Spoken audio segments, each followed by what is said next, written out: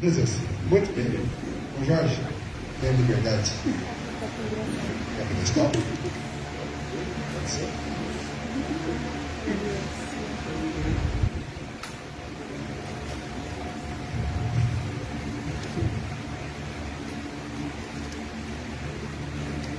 Aleluia.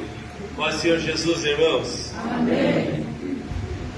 Para mim é um prazer, uma imensa alegria poder tornar a esta casa. Quero louvar a Deus pela vida do pastor Alexandre. Como disse da outra vez, e sempre vou dizer em todos os lugares que prego, que a minha oração é que, se Deus abençoar o anjo da igreja, o sacerdote da casa, eu tenho certeza e convicção de que todo o povo de Deus será abençoado. Posso ouvir um amém? Amém. Louvar a Deus pela vida do Jonathan, que me fez o convite. Deus abençoe sua vida, a vida da juventude, da mocidade. Parabéns. Tenho acompanhado pela live, viu? A gente não é só o tipo de pregador que só vem para a igreja, prega e não acompanha os irmãos, não. Acompanha ali, dá uma curtida, outra. Lucas, Deus abençoe. Falhou, varão, o café de hoje. É que eu estava sem carro, irmão. Você estava pensando como é que eu ia vir fazer de Ribeirão Pires até aqui. Falei, Deus me dá uma solução. Aí o anjo passou lá em casa. Vocês acreditam em anjo, irmão? Eu acredito, está na Bíblia. Aí o anjo tocou no coração de U, aprovou minha ficha e, para a glória de Deus, meu carro novo está aí na porta. Salientar a alegria de estar com a minha esposa, a Luana, meu enteado, meu filho. É meu filho, né? Dizem por aí que parece comigo, tem o meu jeito, né? O Cauã. Deus abençoe a vida de vocês. Aos obreiros que estão na retaguarda, Deus os abençoe em Cristo Jesus. Evangelho segundo escreveu João, capítulo de número 21. Eu ontem até postei uma foto dizendo nas redes sociais que a noite seria longa para estudar a palavra de Deus. Vocês me deram um tema muito complicado, alma sadia, né? Eu falei, Jesus, agora deu nó na minha mente, porque eu nunca pensei nisso. Mas o meu amigo me fez uma visita, o Espírito Santo, e ele colocou esse texto, porque esse texto vai falar de um personagem que todos nós conhecemos, o apóstolo Pedro, e ele era uma pessoa que precisava ter a alma dele sadia, né? Porque a alma sadia, o termo sadia já vem da raiz do verbo de saúde, de estar saudável, e a gente precisa ter a nossa alma saudável, a gente precisa ter a nossa alma sadia para que possamos conviver e viver na presença de Deus. Todos acharam? Prometo não demorar, senão o pastor Alexandre vai puxar os meus cabelos e vai desarrumar o meu penteado. Depois disso, manifestou-se Jesus outra vez aos discípulos junto ao mar de Tiberíades, e manifestou-se assim: estava junto Simão Pedro e Tomé, chamado de Dídimo, e Natanael, que era de Caná da Galiléia, e os filhos de Zebedeu, e outros dos dois de seus discípulos. Disse-lhe Simão Pedro: vou pescar. Disseram-lhe eles: também nós vamos contigo. Foram e subiram logo para o barco, e naquela noite nada apanharam. E sendo já manhã, Jesus se apresentou na praia, mas os discípulos não conheceram que era Jesus. Disse-lhes, pois, Jesus: filhos, tendes alguma coisa de comer? Responderam-lhe: não. E ele lhes disse: lançai a rede à direita do barco e achareis. Lançaram-na, pois, e já não podiam tirar pela multidão dos peixes. Então aquele discípulo a quem Jesus amava disse a Pedro: é o Senhor. E quando Simão Pedro ouviu que era o Senhor, cingiu-se com a sua túnica, porque estava nu, e lançou-se ao mar. E os outros discípulos foram com o barco, porque não estavam distantes da terra, senão quase 200 côvados, levando a rede cheia de peixes. Logo que saltaram em terra, viram ali brasas e um peixe posto em cima e pão. Disse-lhe Jesus: trazei-me dos peixes que agora apanhaste. Simão Pedro subiu e puxou a rede para a terra. cheia de 153 grandes peixes, e sendo tantos, não se rompeu a rede. Disse-lhe Jesus: vinde e jantai. E nenhum dos discípulos ousava perguntar-lhe: quem és tu? Porque sabiam que era o Senhor. Amém? Podemos assentar. Se o tecladista quiser me ajudar, pode ficar à vontade, meu filho. Toque, deixe Deus te usar nessa noite. Meus irmãos, os irmãos escolheram um tema propício para esse trabalho, para esse propósito, aonde é baseado na terceira epístola de João, na sua carta, dizendo, quando João elogia ao amado Gaio, ao homem de Deus, ao servo de Deus, a quem Deus levantou naquela época, dizendo que a obra que ele fazia com as suas mãos, a maneira como ele vivia, a maneira como ele dava testemunho, a maneira como ele ajudava e socorria ao próximo, sem mesmo saber, muitas das vezes, quem o era, sem se importar com quem o era. João vai dar testemunho de Gaio, dizendo que ele ouviu falar da sua reputação, do seu testemunho. E João rogava a Deus de que tudo te fosse bem, que a sua alma fosse sadia, fosse bem, e que ele crescesse ainda mais espiritualmente. João vai dar as credenciais de um homem, a qual aparece somente na sua epístola, não aparece nos outros livros da Bíblia, mas era um homem que fez história em seu momento. Era um homem que fez no seu tempo oportuno um tempo de história, que até hoje, nos dias odiernos, é contado. E aí, então eu fiquei indagando a Deus o que pregar, porque mediante as lives que foram feitas nesta casa de oração, eu acompanhei os pregadores, a pregadora que pregou, e eu pude ver que cada um trouxe um assunto, abordou um tema de um texto diferente, mas baseado dentro da temática que é a alma sadia. E aí eu comecei a questionar a Deus de quem é que eu poderia falar que pudesse ter uma alma sadia, ou que precisa ter uma alma sadia. E aí então o amigo Espírito Santo, ao falar comigo, me colocou o tema de João capítulo 21. Me fez lembrar da história do apóstolo Pedro.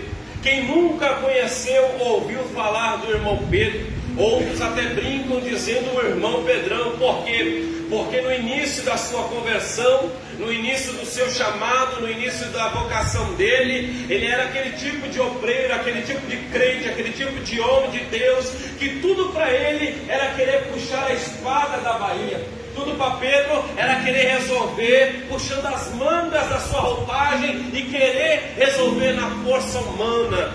Mas com Deus não é dessa maneira, porque quem tem a alma sadia não precisa de violência. Quem tem a alma sadia não precisa discutir. Quem tem a alma sadia não precisa arrumar briga, porque o Senhor quem o chamou, é Ele quem lhe justifica. Então nós vemos Pedro aceitar a Cristo, nós vemos Pedro começar a andar com Cristo, nós vemos Pedro caminhar durante 3 anos e meio ao ministério do nosso Senhor Jesus Cristo, aprendendo acerca do reino de Deus com Cristo, recebendo do próprio Cristo a promessa de que um dia ele seria aquele a quem Deus iria levantar para reerguer a sua igreja. Porque certa feita, Jesus olhando para Pedro e usando uma linguagem grega da sua época, ele vai dizer: olha, tu és Petras, ou seja, tu és fragmento, tu és Petro, melhor dizendo, tu és fragmento, mas sobre esta pedra, sobre esta rocha, ele mesmo, Jesus, ele diz: eu vou edificar a minha igreja, e ele vai dar autoridade para Pedro continuar o chamado daquilo que Deus havia dado ao seu Filho Jesus Cristo. E nós sabemos que, mediante quando Jesus ele vai para o Gólgota, Jesus ele vai ser preso, Jesus ele vai ser chicoteado, vai ser esbofeteado, Jesus ele vai ser cuspido, ele vai apanhar por causa do chamado. E a Bíblia vai dizer que nesta ocasião, Pedro vai acompanhar a Jesus de longe e não de perto, porque quem está com a alma sadia anda lado a lado. Quem está com a alma sadia não nega o seu Senhor. Quem está com a alma sadia confessa aquele que lhe chamou para a boa obra. Mas quem está com a alma abatida, adoecida, uma alma enferma, este começa a seguir o seu mestre de longe. Então eu identifico na vida de Pedro, que Pedro andou com Jesus, mas estava com a sua alma enferma, estava com a sua alma com feridas dentro dela, e precisava ter uma alma sadia. O texto diz que quando a mulher reconhece a Pedro, o texto diz que Pedro olha e diz para a mulher: tu és louca, eu não sei de quem você está falando, eu não conheço este homem. O texto diz que ele vai negar a Jesus pela primeira vez. A Bíblia vai dizer que logo após, na saída do átrio, ele vai novamente se encontrar com uma outra doméstica, e esta mulher vai indagar a ele dizendo: olha, você é um dos seus discípulos, porque não somente a sua linguagem lhe condena, mas também as suas vestimentas é igual a dele. A Bíblia vai dizer que Pedro vai olhar para aquela mulher e vai dizer: mulher, eu não conheço este homem, eu não sei de quem é que você está falando. O texto vai dizer então que Pedro, ele vai se acalentar numa fogueira. Pedro vai se aproximar diante uma fogueira. Naquele tempo eram os dias frios, era o inverno batendo em Jerusalém, e a Bíblia diz que no meio daquela noite Pedro vai se aquecer diante a uma fogueira, e quando uma mulher vai indagar ele pela terceira vez, dizendo que ele sim de fato era discípulo do Messias, discípulo daqueles que todos chamavam como Cristo, o libertador Messias, Pedro vai tentar negar pela terceira vez. Mas a história diz que um homem se aproxima, e este homem, segundo os historiadores, era primo de Malco, aquele a quem Pedro outra hora no jardim do Getsemane vai decepar a sua orelha, interrompendo o chamado daquele menino, o sonho e a sua vocação. Aquele homem, quando vê Pedro negando a Cristo, ele vai dizer: rapaz, não minta, porque eu te vi lá no jardim do Getsemane. Naquele momento a alma de Pedro entra em decomposição, a alma de Pedro realmente entra no mais profundo da enfermidade, porque ele nega o seu Cristo. E a Bíblia diz que quando ele nega, o Senhor diz que quando ele negasse, antes que o galo cantasse, ele lhe negaria 3 vezes. E quando ele ouve o cantar do galo, que era a troca da guarda romana naquela época, era o sinal da transição da guarda, Pedro vai se lembrar da promessa que Jesus havia dito, e então a sua alma vai sucumbir, o seu psicológico vai entrar num estado de sucumbência, aonde ele vai trazer para dentro de si amargura na alma. E a amargura é uma doença na nossa alma que precisa ser sarada. A tristeza é uma doença na nossa alma que precisa ser sarada. Às vezes, por muitas das vezes, estamos num culto como este, tem gente que está aqui dando glória, dando aleluia, mas é da boca para fora, como disse Isaías: visto que este povo se aproxima de mim, com os lábios me honram, mas o seu coração está longe. Sabe por quê? Porque a alma está doente, a alma está enferma. Mas nessa noite eu vim lá de Ribeirão Pires para trazer uma palavra para o meu e para o teu coração, para te dizer que se a tua alma hoje entrou aqui doente, a cura de Deus vai descer sobre nossas vidas nessa noite. A Bíblia diz, e o cenário vai nos contar a história, que Pedro vai se afastar por um tempo. Pedro vai aparecer somente lá na frente, quando todos se reúnem dentro da casa, a perseguição está acontecendo, eles querem matar os cristãos, e eles vão para uma casa para orar. E nada melhor do que curar a nossa alma na oração. Porque se o pecado é a morte para a nossa alma, a oração é a chave que nos liberta do pecado e nos faz ter vida com Cristo na eternidade. A Bíblia diz que Pedro vai se aproximar. E a Bíblia vai dizer que Pedro, Jesus vai aparecer aos discípulos, vai falar com todos. Vai aparecer a primeira vez. não vai bater na porta, não vai pedir licença, não vai pedir para abrir. Mas a Bíblia diz que a primeira aparição de Cristo, ele se teletransporta entre a parede, e quando ele chega no meio dos discípulos, ele diz: paz seja convosco.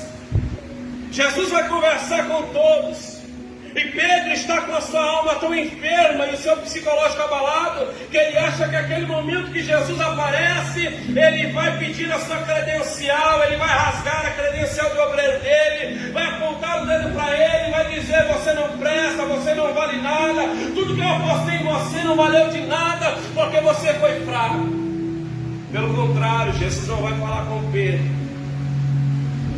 E a alma de Pedro está tão doente, está abatida, apática, ao ponto de ele colocar na sua mente, no seu psicológico, de que realmente ele não me ama.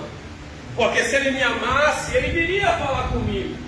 Eu sei que eu o neguei, mas eu preciso que ele fale comigo.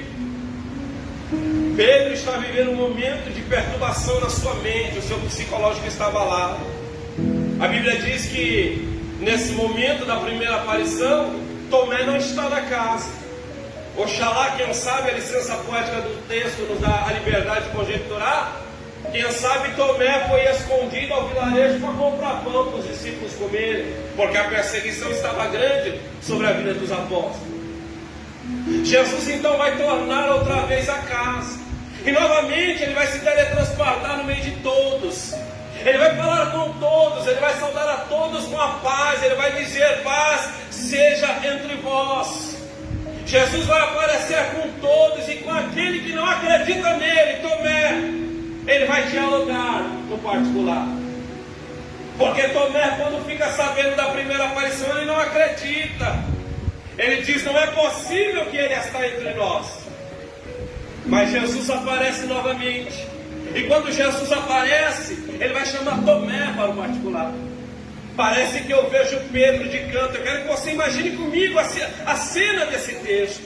Parece que eu vejo Pedro sentado de canto, olhando para Jesus com os olhos fitados nele, dizendo: será que ele vai falar comigo hoje? Porque hoje ele resolveu chamar a Tomé. Será que ele também vai me chamar? Mas o texto vai dizer que ele vai falar com Tomé, mas não dirige a palavra a Pedro. Ele vai dizer para Tomé: Tomé, toque nas minhas mãos, veja os furos dos cravos, dos pregos que furaram a minha mão. Tomé vai tocar. Jesus vai dizer para Tomé: Tomé, toque na llaga da onde me furaram com a lança. Ele vai tocar. E aí Jesus vai olhar para Tomé e vai dizer: e agora, Tomé, você crê? Ele diz: eu creio que tu és o Senhor. Mas Jesus vai dizer: bem mais aventurados são aqueles que não viram, mas acreditaram que eu existo. Sabe o que é que eu aprendo com uma lição aqui? Deixa eu abrir um parênteses. Que você não precisa ver o teu Deus para acreditar nele. O que você precisa é somente acreditar que ele está aqui nessa noite. É acreditar que a presença dele está aqui nessa noite. E isso já é o suficiente para que nós podemos nos alegrar no Senhor. E Jesus vai embora. Só que antes de Jesus ir embora, ele diz: olha, e outra vez eu vos aparecerei, mas não aqui, mas eu quero que vocês vão adiante de mim. Eu quero que vocês me encontrem lá no mar da Galileia, ou no lago de Genezaré, como todos conhecem, ou no mar de Tiberiades. E a Bíblia diz que os discípulos vão. A Bíblia diz que quando eles vão, nós chegamos ao capítulo de número 21. E eu queria pregar sobre o tema: noites difíceis, mas dias melhores virão. A Bíblia diz que Pedro é um referencial no meio do cisne. Pedro não sabia, mas ele era uma pessoa de referência.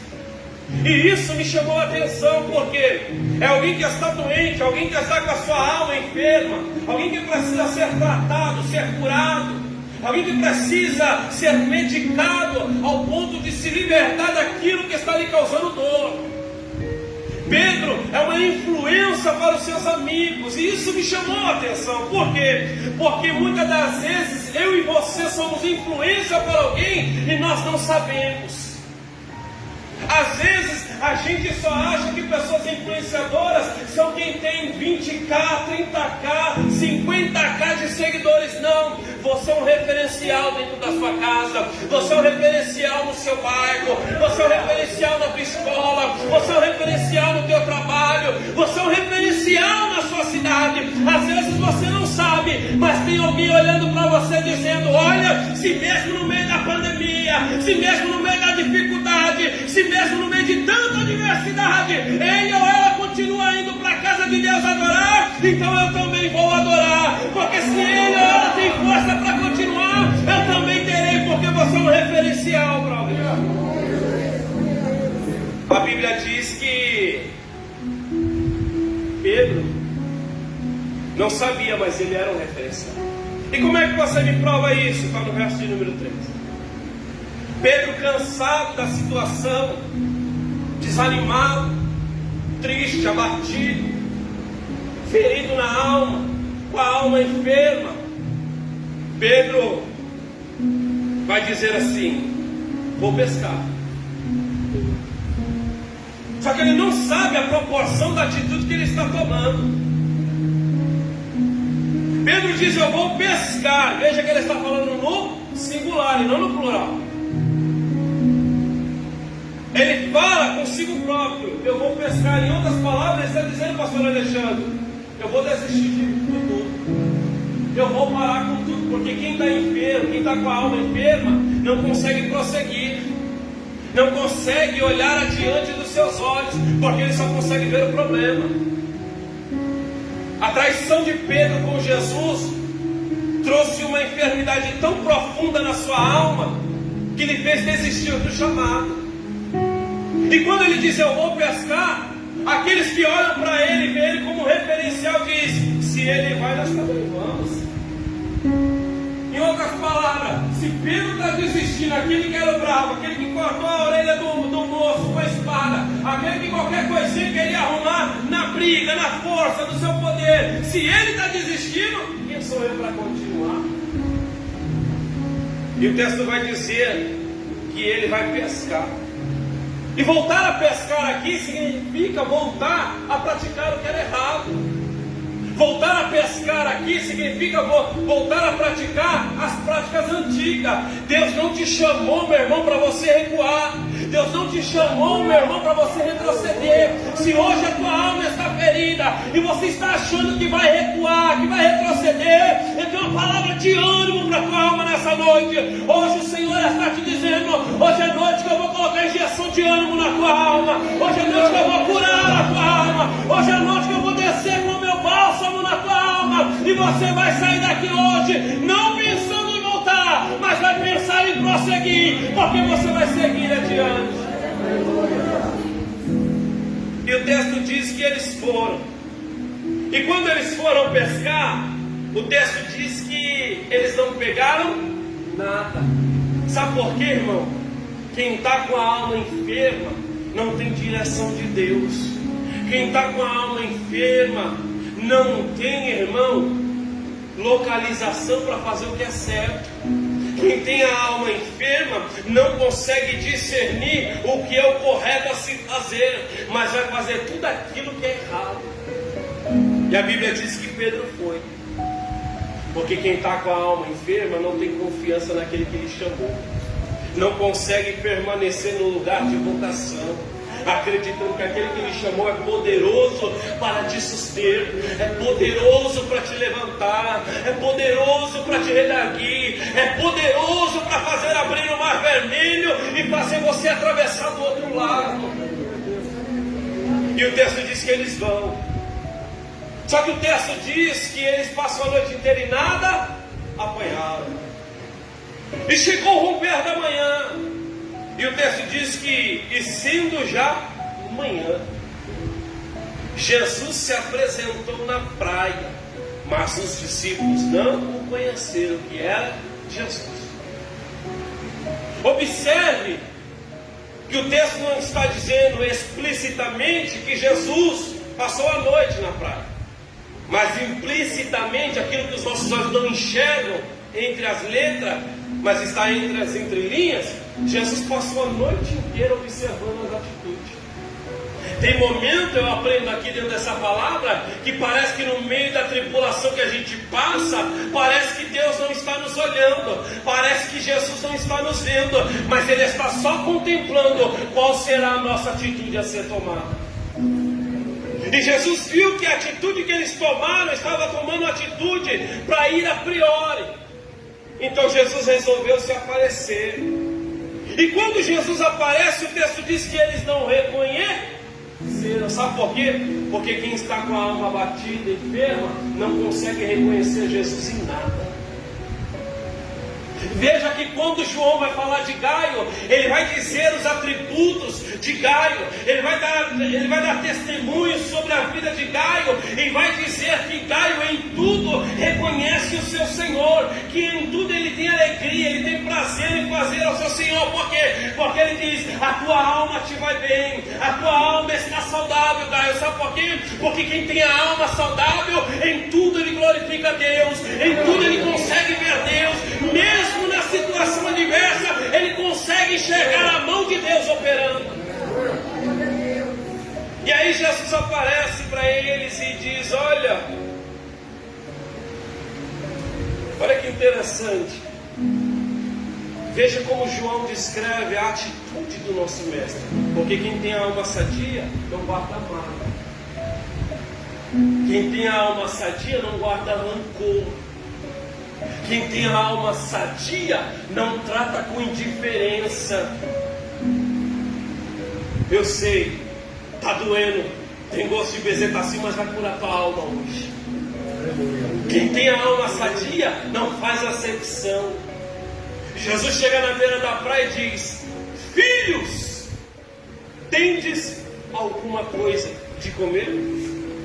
Eu não estou preocupado no texto aqui com o que Jesus disse sobre comer. Eu estou preocupado como ele se apresenta para os discípulos. Vamos pensar nos dias de hoje. Vamos pensar, quem sabe, se eu fosse Jesus, eu diria assim: ô seus ingratos, tem alguma coisa para comer? Ô seus rebeldes, tem alguma coisa para comer? Ô seus filhos de Belial, tem alguma coisa para comer? Porque eu estou irado, vocês me traíram, vocês me abandonaram, vocês me negaram. Eu trataria com indiferença se eu fosse Jesus. Mas Jesus é diferente.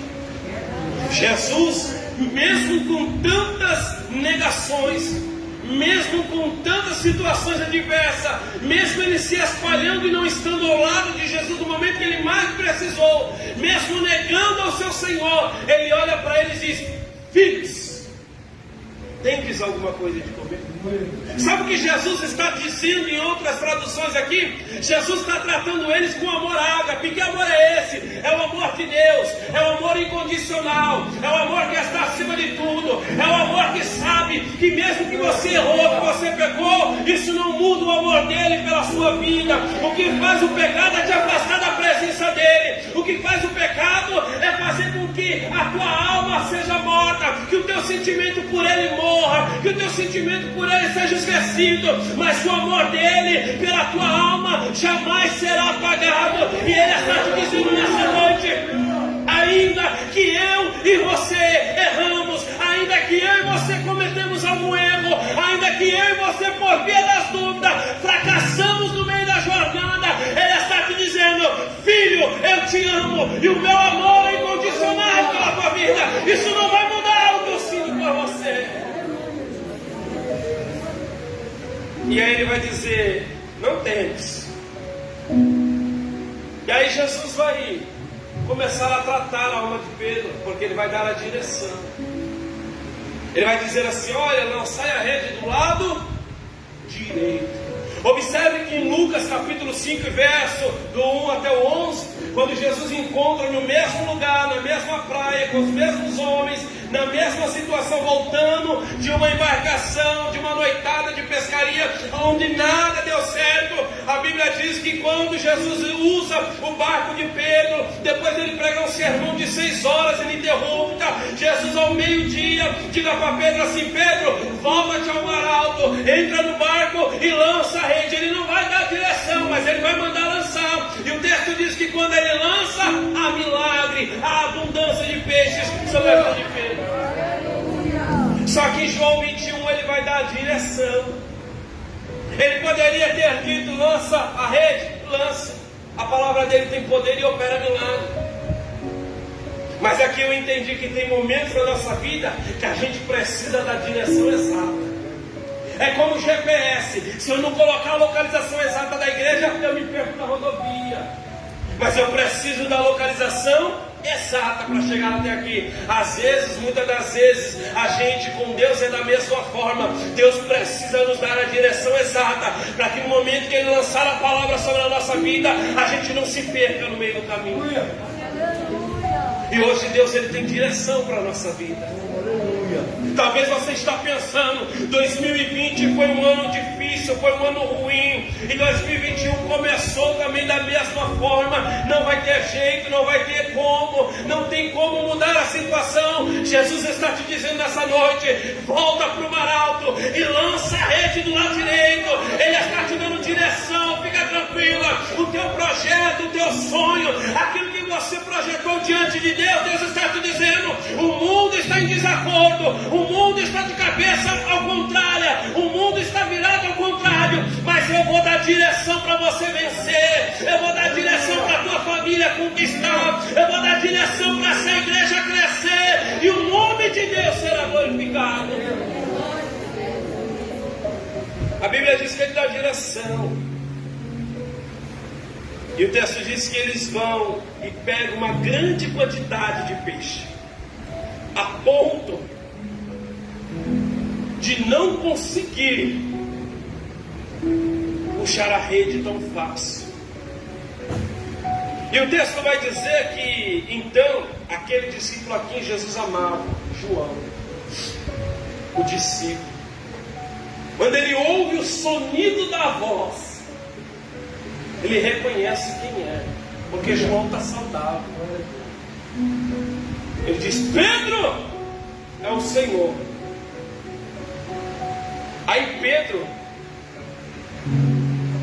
vai nos dar uma lição aqui também tremenda, que ele nem sabe se é de fato, porque está com a alma ferida. Mas a vontade dele de se reconciliar com Deus, de ter novamente aquela intimidade que ele tinha com Jesus, porque a alma dele está enferma, mas o espírito de Pedro está clamando para ele voltar para a casa do Pai. A carne de Pedro quer fazê-lo se afastar ainda mais, mas o Espírito quer trazê-lo para a presença. Mas até que o Espírito traga para a presença, a alma precisa ser curada. Pedro vai, sem saber de fato se é, ele vai se lançar ao mar. Ele vai se jogar ao mar. E ele vai inteiro com Jesus. Porque o texto diz que ele se lança ao mar e deixa os outros trazer a rede com os peixes. E vai até Jesus. E ele vai no intuito de dizer: se é Jesus, ele vai falar comigo, hoje é o dia. Não pode ser que ele vai me rejeitar pela terceira vez. Só que o texto diz que quando ele chega, Jesus não fala com ele. Jesus espera todos os discípulos chegar e falar com todos, mas não fala com Pedro. Aí eu penso, Pedro parece que olha para Jesus e diz: olha, ele não falou quando Tomé não estava, ele não falou quando Tomé está, e também não está falando agora. Então realmente ele não quer falar comigo. Só que a Bíblia vai dizer que quando Jesus ele pede peixe, Pedro vai se apresentar a ele rapidamente e vai buscar um peixe para ser assado. E o que me chamou a atenção no verso 9 é que o texto diz que logo que eles saltaram em terra, eles viram ali brasas. Se você observar a palavra brasa, você vai achar somente nesse capítulo de João 21, verso 9. E a Bíblia vai dizer que em cima das brasas já havia peixe e também pão. Prometo que já vou encerrar dentro desse versículo. Observe que é o mesmo lugar, é a mesma situação, ninguém pesca nada, e acontece o mesmo milagre, por uma palavra de Deus, a multiplicação dos peixes. Pedro está dilacerado, a sua alma está precisando ser curada.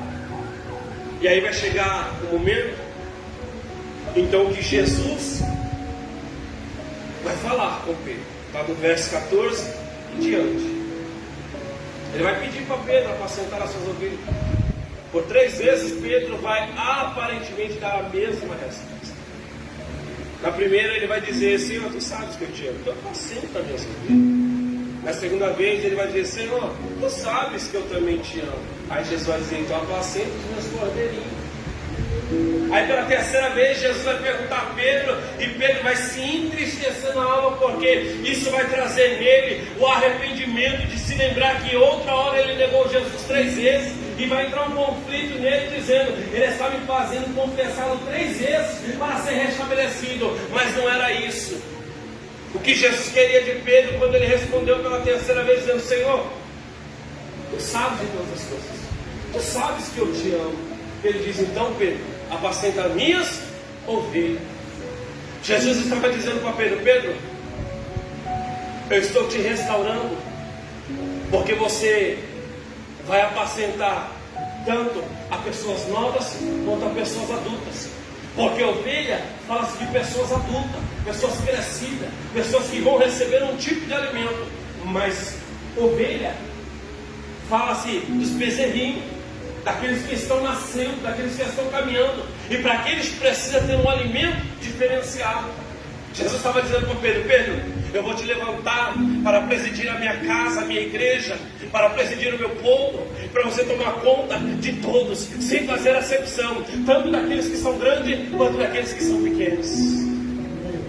E aqui nessa casa eu vejo Pedros cuidando, como na pessoa do pastor Alexandre, tanto a grandes quanto a pequenos, não fazendo acepção.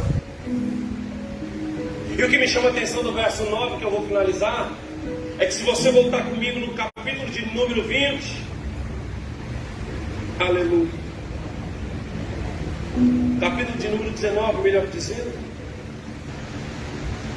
a Bíblia diz que Pedro, quando ele nega a Jesus, a Bíblia diz que Pedro está numa fogueira. Fogueira é diferente de brasa. Brasa é diferente de fogueira.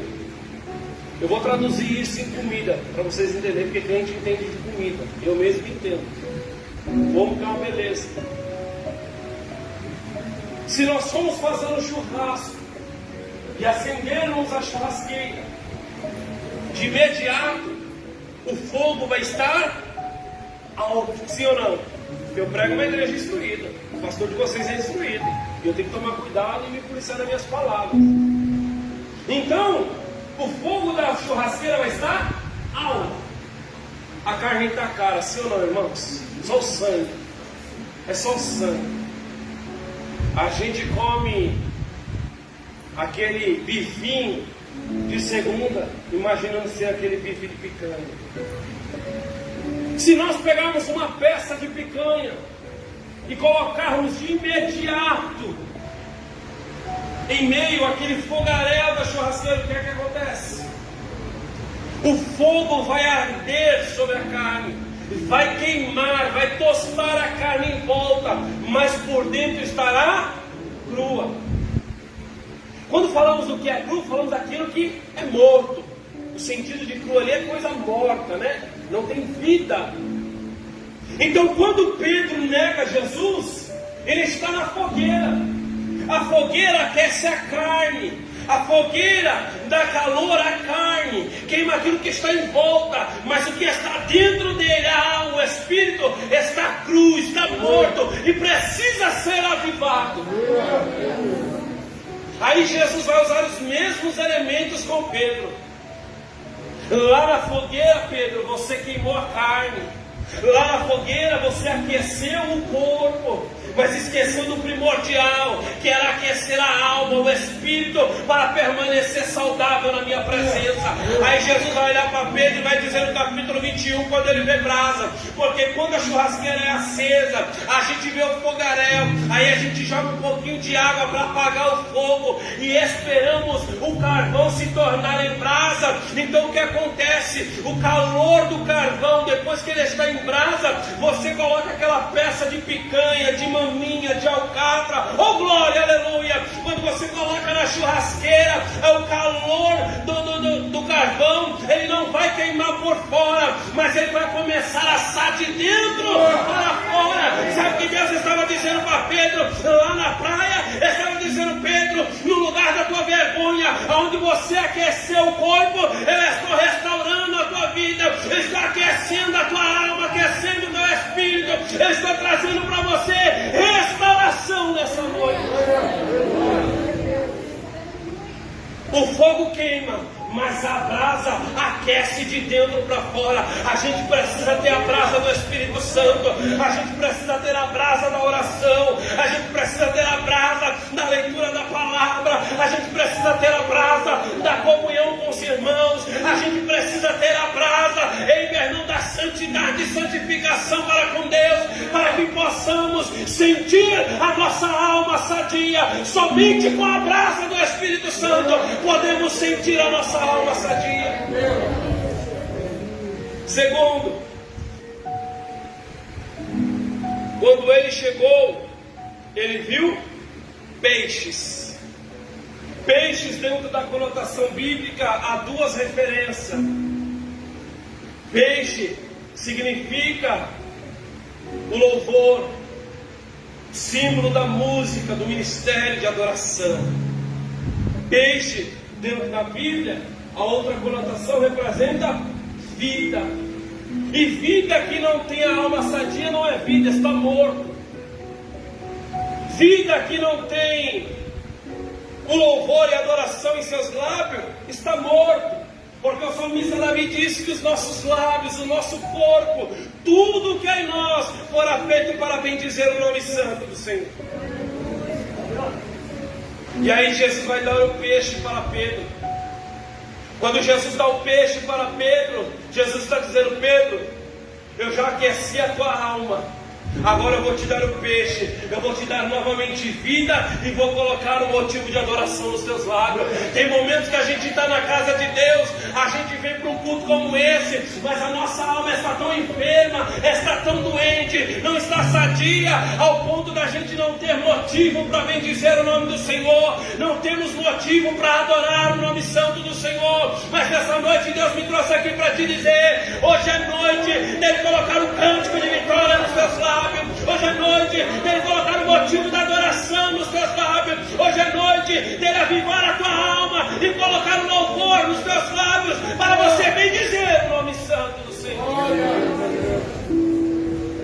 Além da brasa do peixe, houve também o pão. E pão nós sabemos. Pão, há duas também representatividades na palavra.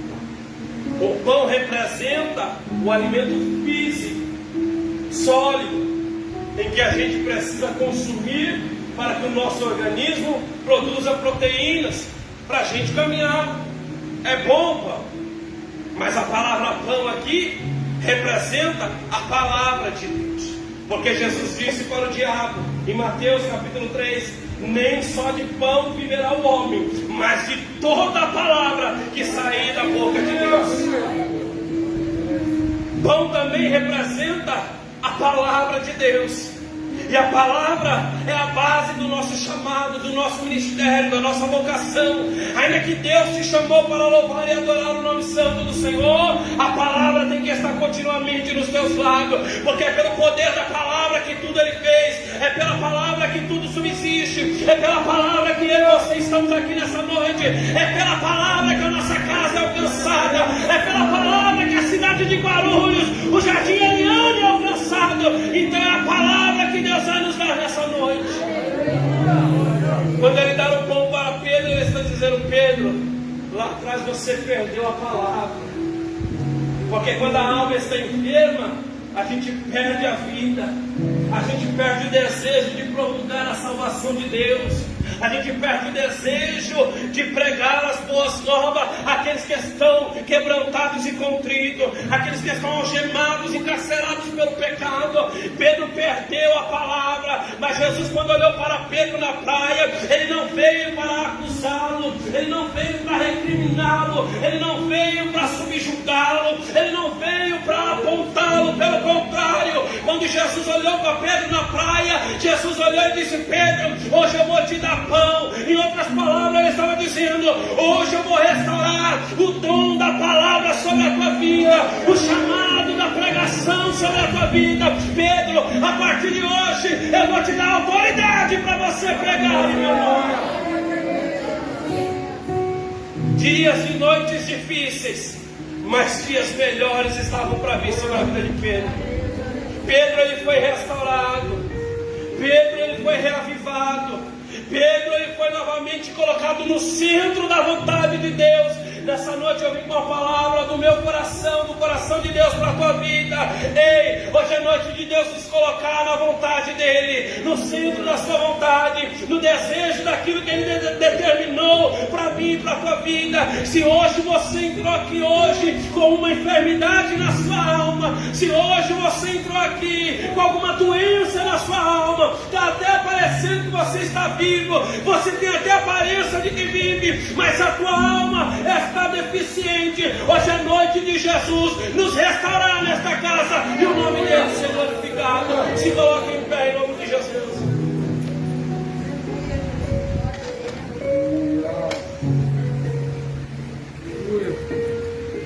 O que eu posso fazer por você? Nada. Somente uma coisa. E o que é? Orar pela tua.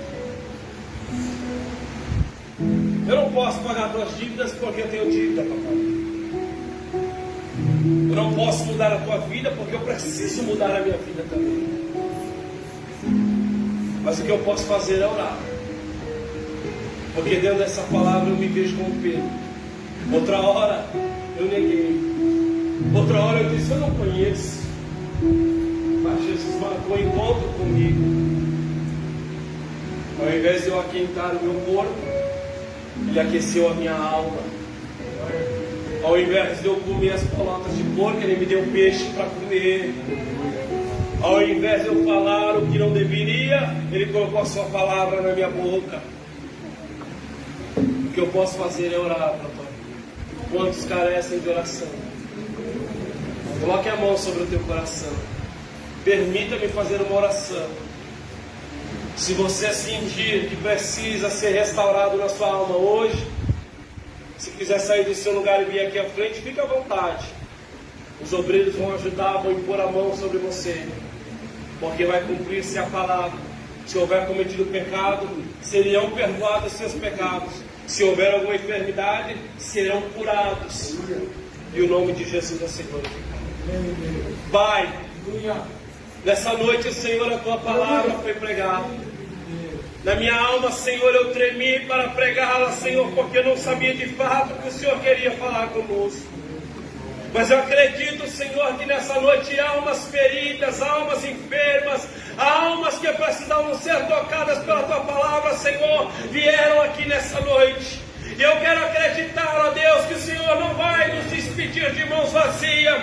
O Senhor vai tocar na nossa alma, o Senhor vai nos curar, o Senhor vai nos restaurar. O Senhor vai restabelecer a nossa comunhão com o Senhor.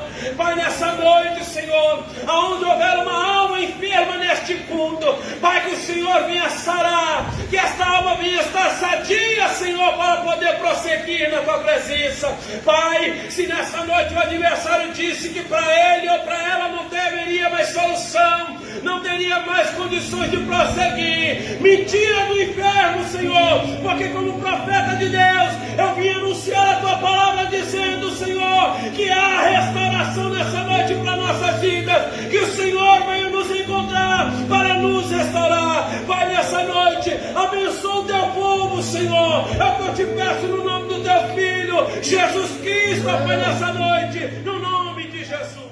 Senhor.